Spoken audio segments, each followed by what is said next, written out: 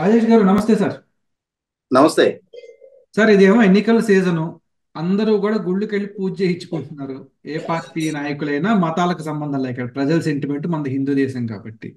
ఈ గుళ్ళకెళ్ళిన క్రమంలో ఒక పేద బ్రాహ్మణుడిపై వైసీపీ వారు దారుణంగా కొట్టారు. చాలా ఘోరంగా నీచంగా ప్రవర్తించారు.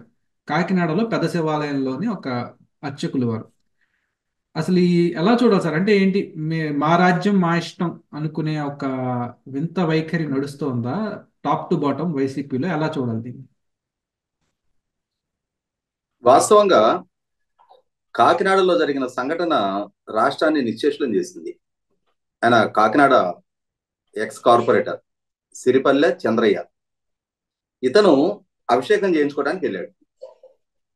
ఆ అభిషేకం చేసే ప్రాసెస్ లో ఈయనకి తృప్తికరంగా చేయలేదు అనేది ఈయన భావన. లేదు, ప్రాపర్ గా అంటే బహుశా ఈయనకి మరి ఆ మంత్రోచ్చారణ గురించి వీటి గురించి అవగాహన ఉందేమో తెలియదు. అటువంటిది ఏదైనా పూర్తి స్థాయిలో ఫాలో కాలేదు అనుకున్నప్పుడు ఈఓ కంప్లైంట్ చేయొచ్చు.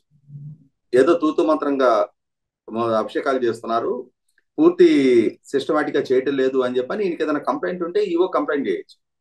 లేదు, ఈయనకు అవగాహన కానీ ఉండున్నట్టయితే వాళ్ళని సున్నితంగా హెచ్చరించవచ్చు. కానీ భౌతిక దాడి చేయటం ఏంటి? అది కూడా ఆయన అర్చకుల వారిని చూసాం మనం. ఆయన వయసు రీత్యా చూసినా కూడా పెద్దవారు. అటువంటి వారిని సహజంగా మనం ఆలయాలకు వెళ్ళిన వాళ్ళు ఎవరైనా కూడా దేవుని ప్రతినిధిగానే అర్చకులను చూస్తాం మనం. అటువంటి పరిస్థితిలో ఇవాళ ఆయన మీద భక్తిభావంతో ఆలయానికి వెళ్ళి అక్కడ ఏదో ప్రొసీజరల్ ల్యాప్సెస్ ఉన్నాయి అన్న కారణంతో భౌతిక దాడి చేయడం ఏంటి? పైగా అది చేసిన వ్యక్తి ఆయన ఏమైనా చిన్నపిల్లాడా? ఆయనకి చాలా వయసు ఉంది. నిన్న ఎండోమెంట్ డిప్యూటీ కమిషనర్ విచారణ చేయడానికి వస్తే ఆ విచారణ సందర్భంగా చూసాం ఆయన కూడా మనం. ఆయన చిన్నపిల్లాడు కాదు. ఒక వయసు, మెచ్యూరిటీ, అనుభవం అన్ని ఉన్న వ్యక్తులే. ఎంత సమయంలో పాటించాలి, ఎంత హుందాగా వ్యవహరించాలి. పైగా ఎక్స్ ప్రజాప్రతినిధి, ప్రజల చేత ఎంపిక కాబడిన కార్పొరేటర్, 10 మందికి మార్గనిర్దేశనం చేయాల్సిన వ్యక్తి అయ్యి ఉండి ఆయనే భౌతిక దాడికి పాల్పడటం ఏంటి? అంత అహంకారం ప్రదర్శించడం ఏంటి? 100కి 100 ఇది ఆక్షేపణీయం. ఇక్కడ అంటే వైసీపీ నాయకులు ఇంతగా ఎందుకు పేటరేగిపోతున్నారు? ఇదే మొట్టమొదటి సంఘటన కాదు, ఇది మొదటి సంఘటన కాదు, ఇది చివరి సంఘటన కాదు. ఈ రోజు మనం పేపర్లో చూసాం రాష్ట్ర వ్యాప్తంగా ఇప్పటికి ఎన్ని సంఘటనలు జరిగాయి అని చెప్పని, ఎంతమంది మీద ఇటువంటి దాడులు జరిగాయి అని చెప్పని. మీరు ఇందాక ప్రస్తావించిన భీమేశ్వర ఆలయంలో స్వయాన అక్కడ అర్చకుల వారి మెడలో జంధ్యం తెంపేసడం జరిగింది. అంటే ఎంత, వాళ్ళు ఎంతో పవిత్రంగా చూసే యజ్ఞోపేతాన్ని తెంపేయడం ఏంటి? అహంకారానికి ప్రతీక కాకపోతే అది. గతంలో ఉమ్మడి కర్నూలు జిల్లాలో అక్కడ జాతర సందర్భంగా అందరికీ టికెట్ దర్శనాలే కాదు, ఉచిత దర్శనాలు కూడా ఏర్పాటు చేయండి అని చెప్పని చెప్పిన పాపానికి ఆ కమిటీ చైర్మన్, ఆలయంలోని అటెండర్లు అంటే ఆదాయం మాత్రమే పరమావధి, ఆదాయం లేకుండా ఉచితంగా దేవుడి దర్శనం కల్పించడం ఏంటి అనే అహంకారంతో, అంటే డబ్బే పరమావధి దేవుడి దర్శనం జరగాలి అని అంటే డబ్బు లేని పేదలకి దర్శనం చేసుకునే ఆస్కారం ఉండకూడదు అనే ఉద్దేశంతో ఉచిత దర్శనం ఏర్పాటు చేయండి అని చెప్పిన పాపానికి అర్చకుల మీద మామూలు మనం పశువులు తోలే చర్నాకోలు ఉంటది కదా, ఆ చర్నాకోలతోటి వాతలు తేలేటట్టు కొట్టారు. ఎంత అహంకారం అది! ప్రభుత్వం విచారణ జరిపి ఆ చైర్మన్ ని తప్పించారు. అయిపోయిందా? ఆ అటెండర్ని వేరే కొద్ది రోజుల పాటు సస్పెండ్ చేసి తర్వాత వేరే ఆలయాలకి ట్రాన్స్ఫర్ చేశారు. అంటే ఇక మామూలుగా ఇక ఆ శిక్ష తోటి ఆయన్ని చైర్మన్ నుంచి తప్పించేయడం తోటి ఆ కేసు మాఫ్ అయిపోయినట్టేనా? అదే అర్చకుల వారు అదే చర్నకలతో చైర్మన్ గాని కొట్టున్నట్టయితే అంటే ఇంత కొద్దిపాటి చర్యలతోటి దాని సమాధానం పరిచేవాళ్ళ? నిన్న కూడా అతను ఫార్మర్ కార్పొరేటర్ డిప్యూటీ కమిషనర్ గారి విచారణ సందర్భంగా నేను క్షమాపణ చెప్తాను అంటున్నాడు. అది కూడా అందరూ డిమాండ్ చేసిన తర్వాత నేనేం తప్పు చేయలేదు అని చెప్పని మీడియాతో మాట్లాడుతున్నాడు. నేను జస్ట్ నెట్టాను అంతే అంటున్నాడు. అసలు నెట్టడమైనా ఎందుకు చేయాలి? మీకు ఎవరు అధికారం ఇచ్చారు? అదే అర్చకుల వారు మిమ్మల్ని నెట్టున్నట్టయితే, ఆయన బలహీనుడు, ఆయన ఒక దైవ కార్యక్రమంలో నిమగ్నమై ఉండేవారు కాబట్టి ఆయన అటువంటి తెంపు చేయలే. అదే ఇంకొక యువకుడు అయి ఉండి అతను మీ మీద అటువంటి దాష్టికం ప్రదర్శించున్నట్టయితే, ఆ రోజు కూడా ఇటువంటి నేనేం తప్పు చేయలేదు, జస్ట్ నెట్టానని చెప్పనే సమాధాన పరిస్థితి సర్దుకుని ఉంటారా? కాదు.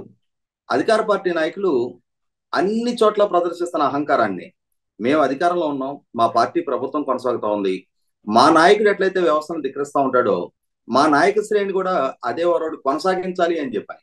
వ్యవస్థల పట్ల గౌరవం లేదు, ప్రజల పట్ల బాధ్యత లేదు, ఇదే విధమైన దాష్టికం ప్రదర్శిస్తూ వస్తున్నారు. ఇక్కడ గమనించుకోవాల్సింది కూడా ఏంటి అంటే, రీసెంట్ గా మహాసేన రాజేష్ విషయం చూసాం మనం. మహాసేన రాజేష్ 6 సంవత్సరాల క్రితం బ్రాహ్మణులకు వ్యతిరేకంగా వ్యాఖ్యలు చేశాడు అని చెప్పని బ్రాహ్మణ సంఘాలు నానా రచ్చ చేశారు. అతను నేను ఎన్నికల పోటీ నుంచి విరమించుకుంటున్నా అని చెప్పని చెప్పారు. ఎస్, ఖచ్చితంగా మీ మనోభావాలు గాయపడ్డాయి అనుకున్నప్పుడు మీరు రచ్చ చేశారు, కరెక్టే.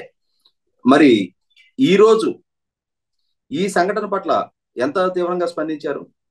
ఎంత మాత్రం ఈ ప్రభుత్వాన్ని ఇరుకుని పెట్టే ప్రయత్నం చేస్తున్నారు?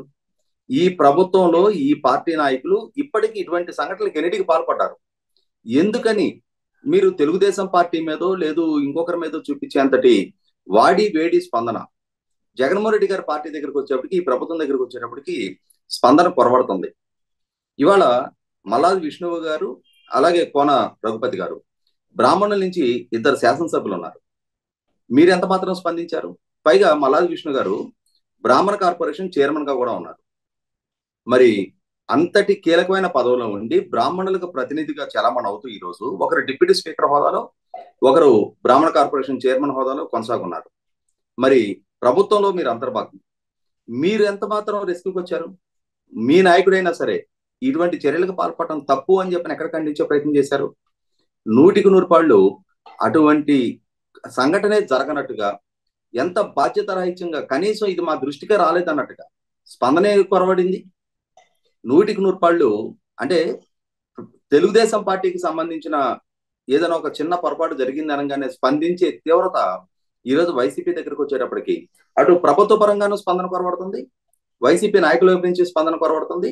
అదే సందర్భంలో బ్రాహ్మణ సంఘాల వైపు నుంచి కూడా మీ తెలుగుదేశం పార్టీ మీద చూపించే అత్యుత్సాహ ప్రదర్శన వైసీపీ దగ్గరకు వచ్చేటప్పటికి ఎందుకో మరి భయపడుతున్నారా, లేదు ప్రభుత్వాన్ని చూసి అంటే వాళ్ళ దగ్గర ఉన్న యంత్రాంగం వనరులను చూసి భయపడుతున్నారేమో తెలీదు, ఖచ్చితంగా కొంత ఉదాసీనత ప్రదర్శిస్తున్నారు. ఏదేమైనా సరే నిన్న కూడా డిప్యూటీ కమిషనర్ విచారణలో కూడా పోలీసుల చేత ఒక నామమాత్రపు కేసు, ప్రభుత్వ ఉద్యోగి మీద దాడి చేశారు అని చెప్పనే, ఒక ప్రభుత్వ ఉద్యోగి విధులకు ఆటంకం కలిగించారు అని చెప్పనే ఒక బెయిలబుల్ అఫెన్స్ కేసు నమోదు చేసి తూతు మంత్రపు విచారణతో ముగించారు. ఇది 100కి 100 పాళ్ళు స్వేచ్ఛాయుత వాతావరణంలో వాళ్ళ విధులు వాళ్ళు నిర్వహించుకోవాలి అనుకునే ఏ అర్చకులకైనా కూడా ధైర్యం కల్పించే సంఘటన కాదు. ధైర్యం కల్పించే చర్యలు ప్రభుత్వం నుంచి తీసుకోవట్లా.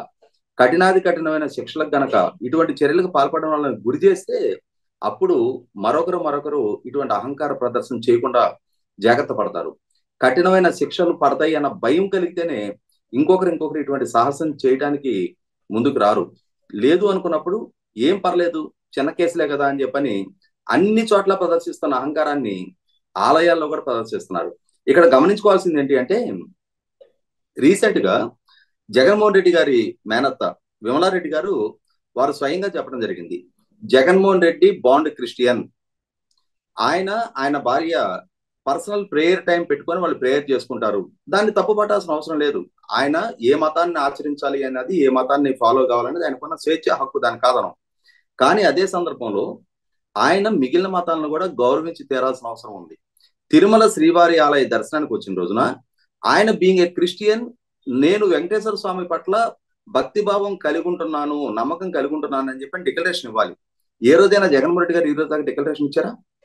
అంటే జగన్మోహన్ రెడ్డి గారు వెంకటేశ్వర స్వామి దగ్గర కూడా ఏ ధిక్కార వైఖరిని అయితే ప్రదర్శిస్తున్నారో, అక్కడ ఆలయంలో ఉన్న సాంప్రదాయాల్ని ఏ విధంగా అయితే తిలోదకాలు ఇచ్చి నన్నెవరూ ఆపేది, నేను ఎక్కడికైనా వెళ్తాను అని చెప్పని అహంభావ ధోరణి ఆయన ప్రదర్శిస్తున్నారు.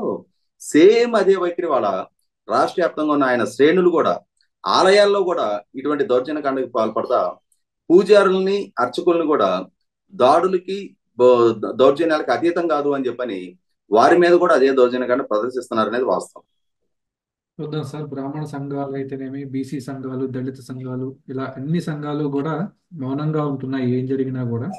మరి వారు ఆ, ఆ, మరి భయపడుతున్నారేమో కేసులకి. మరి చూద్దాం సార్, మరి త్వరలోనే తెలుస్తుంది మనకు కూడా. ధన్యవాదాలు.